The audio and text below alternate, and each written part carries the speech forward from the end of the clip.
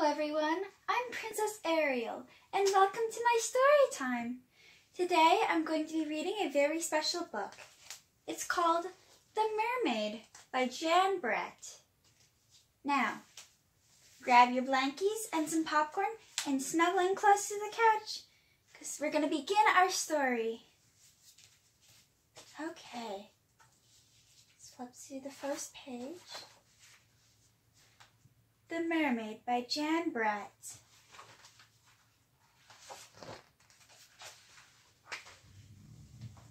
Under the sea, an octopus family got ready to go for a swim before breakfast. Time to put on your new hat, baby, said Oka-san. Baby did not like the floppy new hat. The hat was not happy either.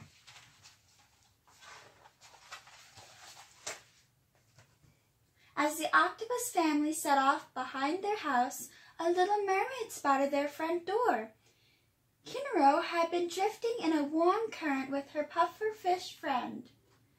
Take care, Puffy warned. You never know who may live there. But I'm so curious, she said Kinro, shade towards the seashell house.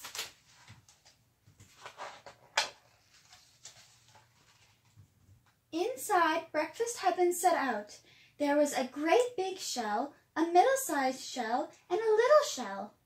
Kinro took a bite from the great big shell. Too crunchy, she said. The little mermaid tried the tender bites in the middle-sized shell. Too shiny, she said.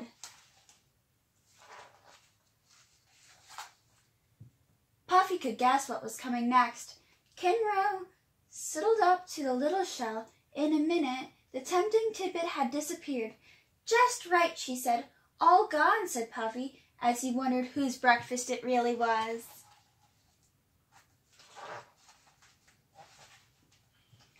Kinro floated around the seashell house and saw 3 chairs.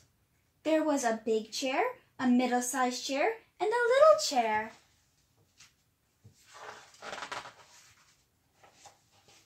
She sat down on the large coral chair. Too many bumps, she said, as she smoothed out her scales. Kinro wiggled into the middle-sized chair.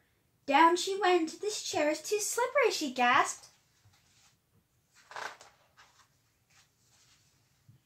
The little chair was the prettiest of them all, and Kinro sat on it. Just right, she said, and then she gave her fins a flippery flip.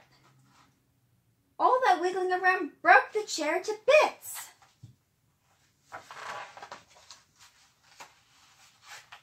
Kinro was sorry about the pretty chair, but not for long, because in the next room she spotted 3 beds. She and Puffy had been swimming around for hours, and they were ready for a nap. She swam over and settled in. What sweet dreams we'll have, she told her friend. But someone had been eating in that bed, and there were smashed shells and crab claws all around. This bed is too messy, she sighed.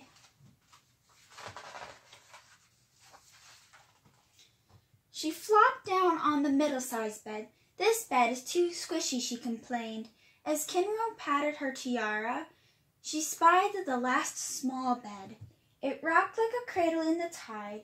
She set her head down on a pillow star and fell sound asleep. Soon the octopus family returned over sandy shores. Right away, Ota-san saw his breakfast shell overturned. Someone had been crunching on my crustaceans, he said, turning pink. Oka-san huffed. My breakfast has been splashed. She turned pinkish too.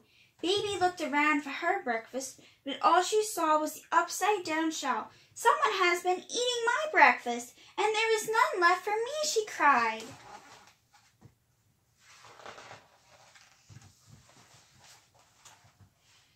Ota-san saw that his coral chair looked different. Someone has been sitting in my chair, he announced, even redder. Oka-san went from the pink to red when she saw her chair. Who has been squashing my chair and scattered my teacup, she asked. Baby saw her beautiful chair all in pieces. The hermit crabs were taking it. My chair is going, gone, she cried.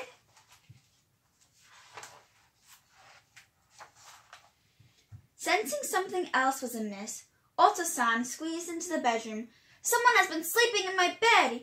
He blazed ocean waters and kicked up the star-shaped sand. Puffy felt the ripples as Otto-san jolted towards her bed. The soft seaweed she liked to drowse off was tangled and torn. Someone has been sleeping in my bed, she said. Baby octopus peeked inside her tiny bed. A beautiful mermaid was sleeping there. Someone has been sleeping in my bed, and here she is. The little mermaid opened her eyes and saw the adorable octopus. The baby's eyes were soft and sweet. Her skin was shell pink. Her graceful arms danced, but she was wearing the oddest hat that the little mermaid had ever seen. Kinro, who didn't like to see anyone unhappy, gasped. That will not do, she thought about her tiara. Just then, all 3 octopuses reached for Kinro with their 24 arms.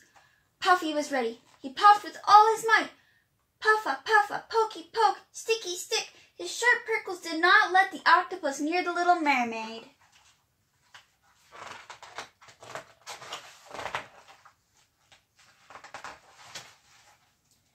Kinro, Puffy, and their new friend Ray floated away in the warm current. They couldn't stop smiling about the baby octopus. She looked radiant in her new beautiful tiara.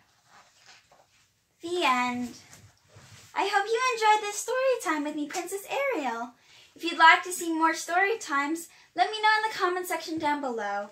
And if you enjoyed this video and the other content on my channel, please be sure to like and subscribe and hit the notifications bell to be notified when I post more. Thank you so much for watching. Bye for now.